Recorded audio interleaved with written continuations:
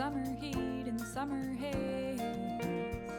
There's a fire in the north, there's a fire in the west. Can you see the fear on my face? I took a drive down the highway, I'm losing my way, but you can still be mine. So put your head on my shoulder, we're getting older.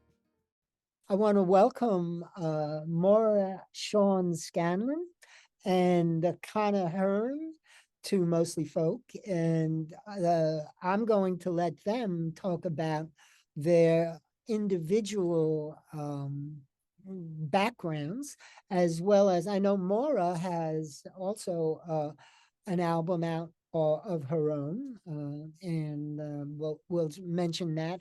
And it's mentioned on their website.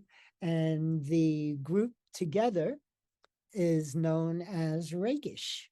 And I love the music. I love the sound of the music. But I'm going to let you talk about who you are and how you got together and how you got the name of Rakish. What exactly is Rakish? All right. Yeah. Well, thanks so much for having us on. We're happy to be sharing some about our new music, our new album. And yeah, Connor and I started playing together about probably 8 or so years ago. We think we had maybe our first official gig together as a duo about 7 years ago. So we've been playing together a good while now. The two of us met while we were both attending separate colleges in Boston. I was going to school at the New England Conservatory, and Connor was at Tufts University. And those two schools have a dual degree program that actually neither of us were in, but a lot of our friends were in it. So we had some like mutual friends and stuff, and that's kind of how we met initially. The short answer is we did meet at a party. We did meet at a college party, yes, indeed. But quickly kind of realized that we were into a lot of the same music and we had a lot of musical commonalities, and kind of just got immersed in this really thriving culture that surrounds folk music and Celtic music specifically. That's in the Boston area. And we started playing together actually as part of this bigger band, a 5-piece kind of more folky band, and that was called Pumpkin Bread. But we also sort of wanted an outlet to play a little bit more of the Celtic inspired, more trad stuff, which we were doing a lot of at the inception of our duo. And so yeah, we had a couple gigs that were just more like, playing tunes, just fiddle guitar tunes that were sort of traditional. And during one of those initial gigs that we had, we were playing the tune Rakish Paddy, which is a traditional Irish tune. It's a great tune. We love it. And one of our friends was at the show, and she kind of coined the name. She said, "You guys should be called Rakish." And we were like, okay, maybe it works.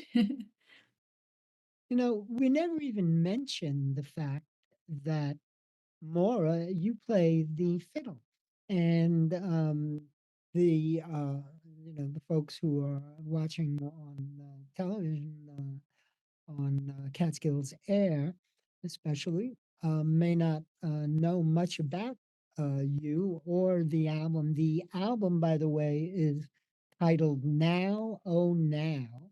And you can find out lots more about that on their website, which is rakishmusic.com. And am I right so far, Maura? You're getting it all right. And there's Conor. So you got together and you started playing together, and now, Connie, you are a guitar virtuoso from what I've heard about you, and so tell me about. Well, let's talk about each other's individual growing up. Where did you grow up, I know, Maura, you grew up in Appalachia. You're the second person that I know. Do you know Tiffany Williams? I She's a don't. folk singer who has very strong Appalachian roots.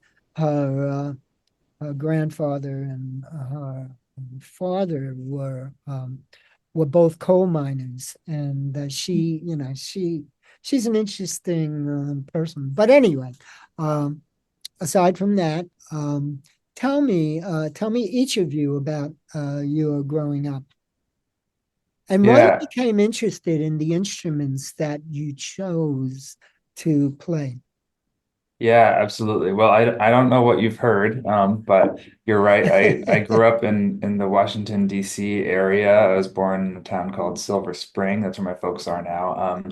And I played a lot of music as a kid. I had a fairly musical family. My dad is a guitar player, and my mom played the flute, classical flute. Um, and I'm the youngest of three siblings. So my sister played the fiddle and the violin, and my brother played the cello. And I would learn some fiddle music from my sister when she would come home from her fiddle group that we had in the neighborhood with a bunch of other kids. Her age and our age, we would have this little fiddle group, and she was in it before I was, and she would teach me how to play an Irish tune on the fiddle and that kind of thing outside of our little Suzuki lessons. Um, so I kind of had this Irish music going on in the background of my childhood. My folks were just, amateur musicians, but big fans, and they would take us to the shows whenever folks came to town. Um, and I started getting interested in the guitar when I was 12 or 13 years old and really started putting a lot more work into my guitar playing, especially around that time. And so it was a great, nurturing and kind of diverse community where I had some friends in the neighborhood and I played jazz and blues with, and I had some friends who were playing Irish music primarily on the fiddle. And I think one through line that's been the case my whole life is that I've just been lucky to have a lot of friends who are really good fiddle players, much better fiddle players than I ever was or will be.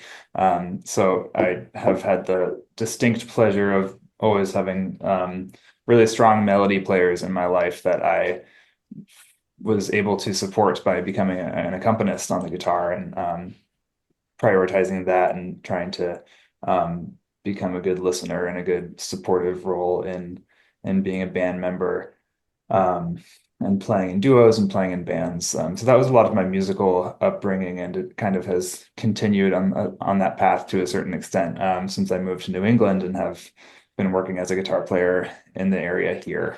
Yeah, that's a little bit about my musical origin story. Great. Thank you for that. How about you, Maura? Yeah. As you said, I did grow up in the Appalachian Mountains in a town called Boone, North Carolina. It's very close to the Tennessee border. And yeah, I my parents uh, definitely saw the value in music education and music lessons for they wanted that to be a part of my childhood and upbringing. So I started as a result of that. I started Suzuki violin lessons at age 3. Um, and my family was very close with this one other family, like particularly close with this one other family. I had two like of my best friends. They were actually sisters, and I'm kind of an honorary sibling. And we sort of our parents started us all in lessons right at the same time as one another. So in addition to in a slightly different way than Connor, but sort of similar theme from a very early age. Not only was I taking the lessons, but I had this like built-in community kind of that was a part of music and music learning and playing music. So I'm so grateful for that, and I kind of throughout my whole time growing up, we had a little fiddle band together that was called the Forget Me Nots, and we played like all over our region, and it was just like a wonderful way to kind of cultivate my love for fiddle music, as well as feel like I had friends who were kind of doing it right alongside me, and we definitely encouraged one another um, as we were growing up. And then um, I I had kind of gotten like a little bit more serious, I would say, about music by the time I was, you know, 12 or 13 or something like that, as serious as I could be at that age. Um, and then decided to go to an arts high school to sort of further kind of focus on music. And I went to the North Carolina School of the Arts for high school, and then I I ended up going to classical music school, and that's what brought me to Boston to study at the New England Conservatory, and that's where I met Connor.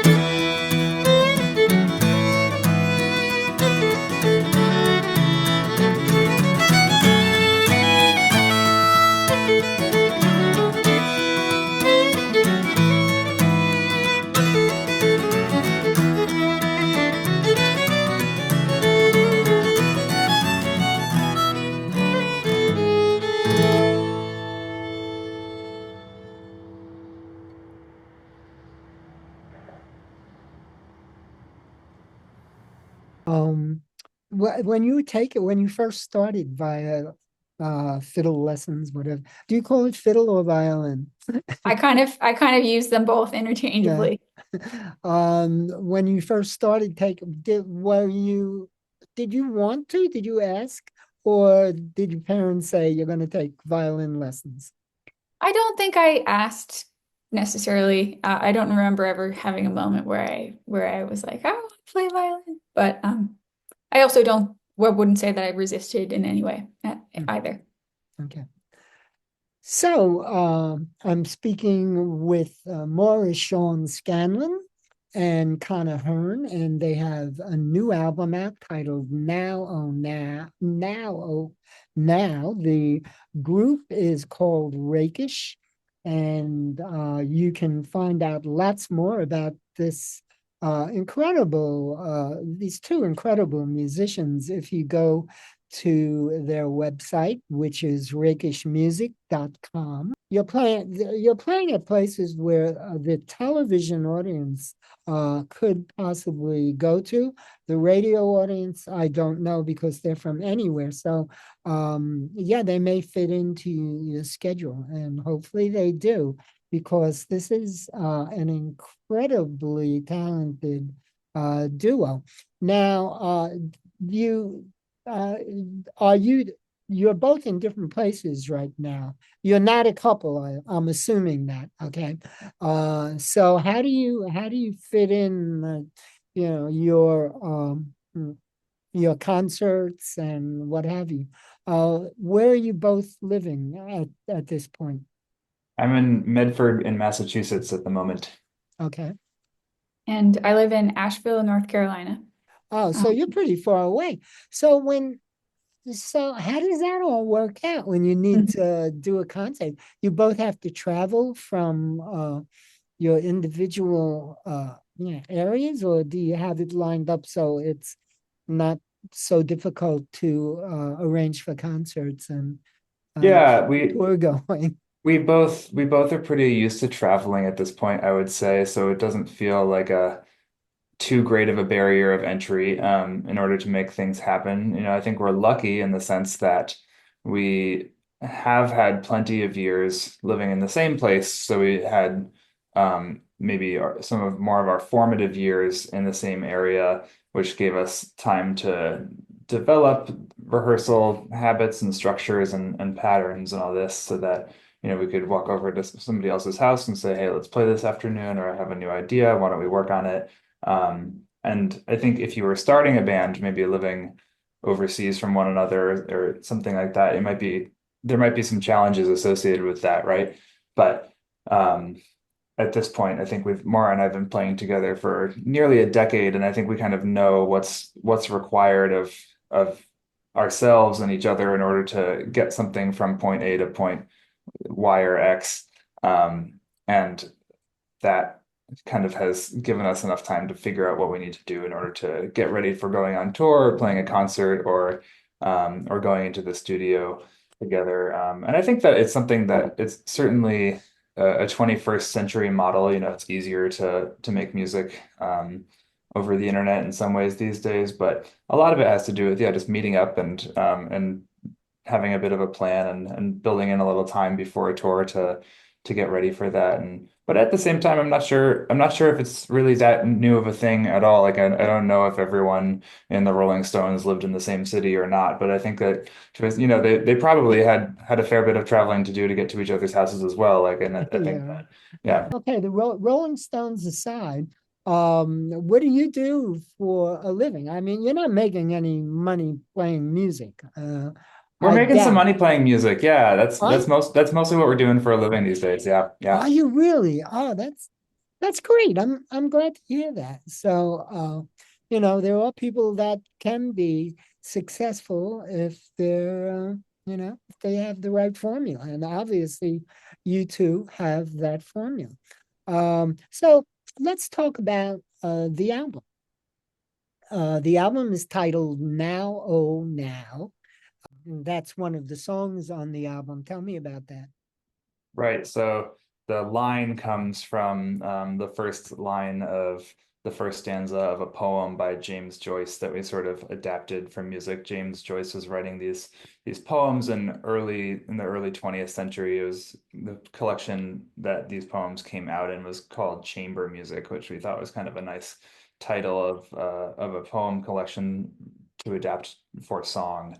and the collection is something that he says that he wrote when he was just kind of a sad, lonely young boy wandering around the streets of Dublin and hoping that some young girl would fall in love with him. So there are these kind of mourning and longing poems about music and yearning um, and finding your way. And Now Oh Now is sort of thinking about some poetic forms and some dance like art styles.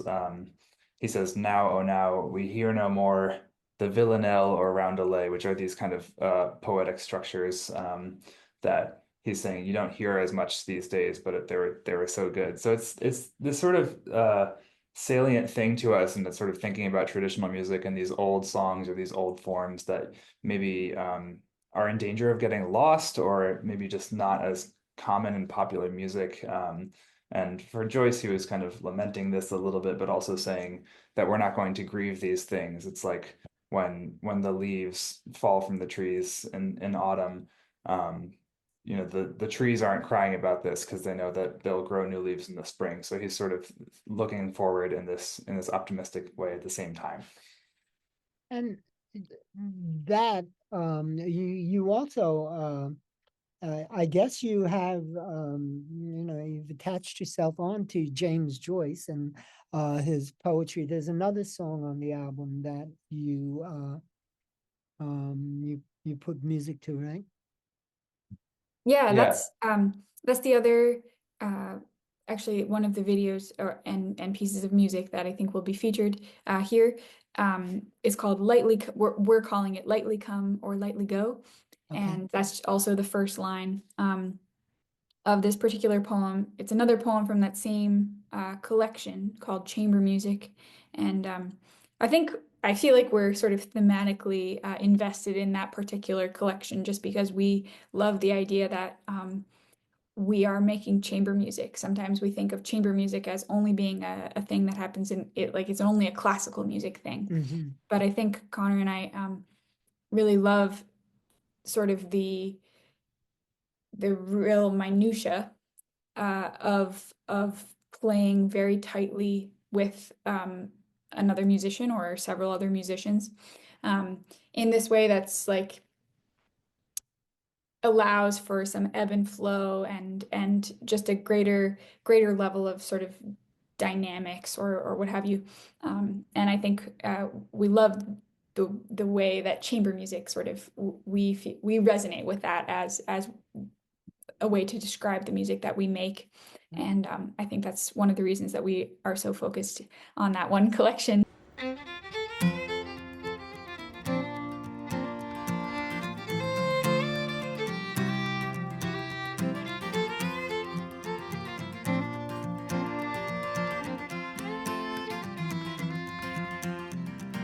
Lightly come or lightly go, though thy heart presage thee woe, fails and many a wasted sun, for it let thy laughter run, till the irreverent mountain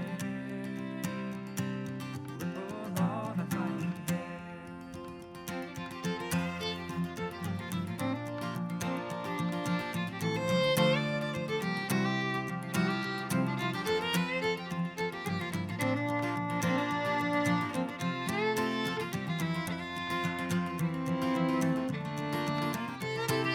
Lightly, lightly ever so, clouds that wrap the veils below, at the hour of even star, the loneliest attendants are. Love and laughter, song confessed, when thy heart is heaviest.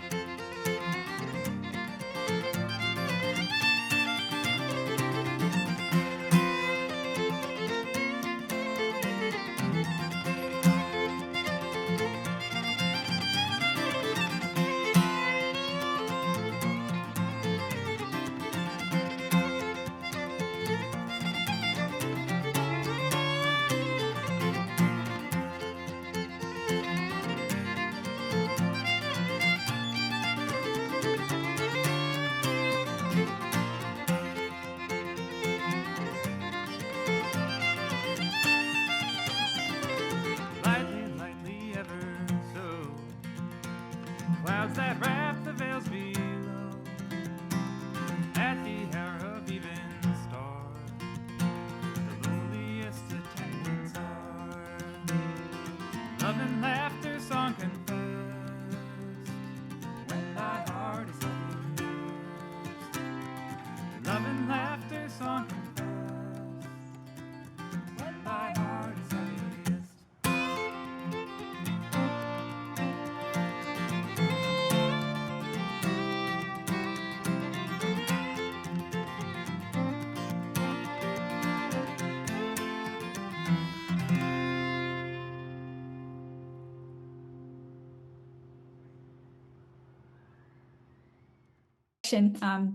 But yeah, now we decided to kind of focus in on that and use that as the title track for the album because as Conor was sort of describing, part of that poem is sort of mourning the loss of the old. But we sort of musically were trying in this album actually to kind of honor that traditional sound that we came out of playing just traditional Irish fiddle and guitar kind of tunes.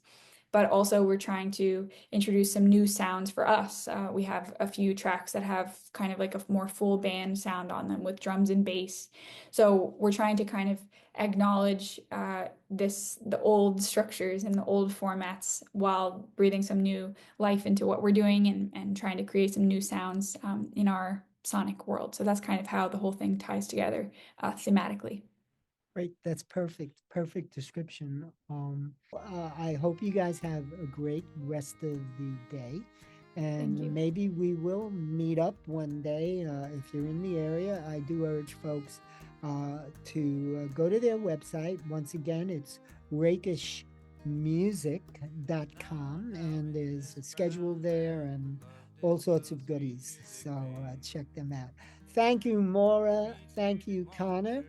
I hope you have a great rest of the day. Thanks, you too. Thanks so much. Bye-bye. Bye-bye. Because our love was gay, which now is ended in its way.